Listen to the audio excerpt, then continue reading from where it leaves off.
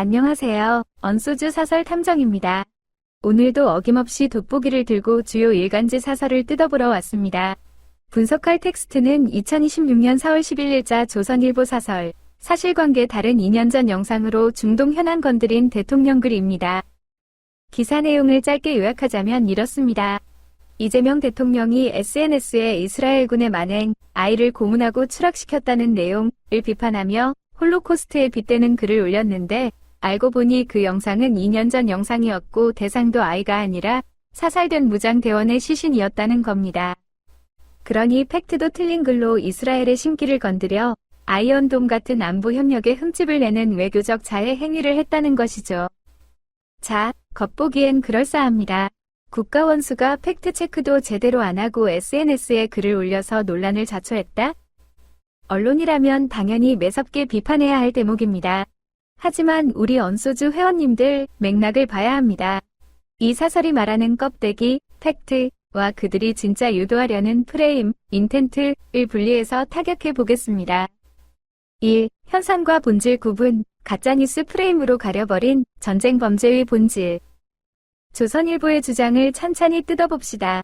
대통령이 올린 영상은 사나이를 고문하고 추락시킨 것이 아니라 무장 세력을 사살한 뒤 그 시신을 옥상에서 던진 것이므로 가짜뉴스라고 지적합니다. 이건 좀 이상하지 않습니까? 합리적으로 추론해보죠. 아이가 아니라 성인 무장대원의 시신을 건물 옥상에서 쓰레기처럼 집어 던지는 행위는 그럼 괜찮다는 건가요? 전시국제법인 제네바 협약은 적군의 시신이라도 존중하고 훼손하지 말 것을 엄격히 명시하고 있습니다.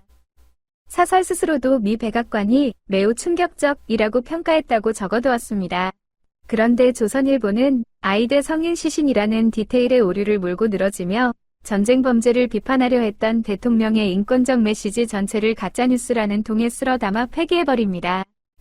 달을 가리키는데 손가락에 때가 묻었다고 달빛 자체를 부정해버리는 전형적인 본질 흐리기 수법입니다. 2. 논리적 허점 타격. 무기를 얻으려면 반인륜적 범죄에 눈감아라? 사설 후반부로 가면 조선일보 특유의 기묘한 논리적 비약이 등장합니다. 우리가 이스라엘의 아이언돔을 참고해 장사정포 요격체계를 개발 중이니 이스라엘이 가장 아파하는 홀로코스트를 언급하며 심기를 건드리면 안 된다는 논리입니다. 여기에 이 매체의 철학이 고스란히 담겨 있습니다. 안보와 경제적 이익을 챙겨야 하는 국가라면 그 나라가 타국의 민간인을 학살하든 시신을 훼손하든 적당히 눈 감고 입을 닫아라는 뜻이죠.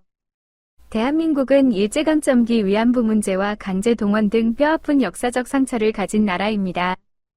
국가원수가 보편적 인권과 반인륜적 범죄에 대해 목소리를 내는 것은 국제사회에서 대한민국의 도덕적 권위를 세우는 일입니다. 이를 철저히 무기 수입 청구서라는 얄팍한 손익계산서로만 환산하는 태도는 시민의 상식과는 거리가 멀어도 한참 멉니다. 3. 역사, 사회적 맥락, 심야 SNS라는 오래된 낙인 찍기. 마지막으로 사설은 대통령이 한밤이나 아침에 사실 확인이 부족한 상황에서 올리는 글이라며 타이밍을 꼬집습니다. 이 프레임 어디서 많이 보지 않으셨습니까?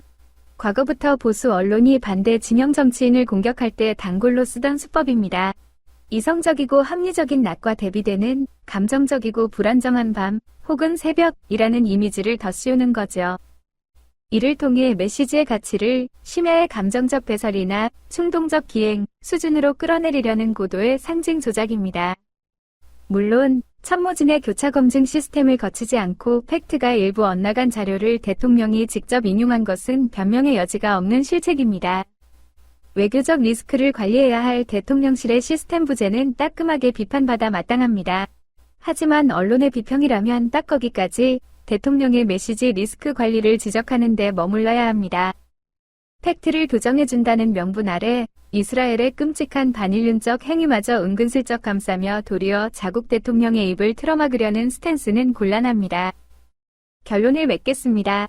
조선일보의 이 사설은 대통령의 팩트 오류라는 정당한 먹잇감을 미끼로 던져놓고 그 이면에는 이스라엘 심기 경호와 힘의 논리에 굴복하는 국익 우선주의라는 자사의 이념적 목표를 교묘하게 끼워 팔고 있습니다. 시민 여러분, 언론이 팩트를 들이민다고 해서 그 언론의 위도까지 순수한 것은 아닙니다. 팩트체크라는 날카로운 칼날이 왜 하필 전쟁 범죄의 잔혹성을 무뎌지게 만드는 방향으로만 휘둘러지는지 우리는 합리적인 의심을 거두지 말아야 합니다. 지금까지 언소주 사설 탐정이었습니다. 다음에도 뼈있는 비평으로 찾아뵙겠습니다. 구독과 좋아요는 진실을 찾는 큰 힘이 됩니다. 다음 시간에 뵙겠습니다.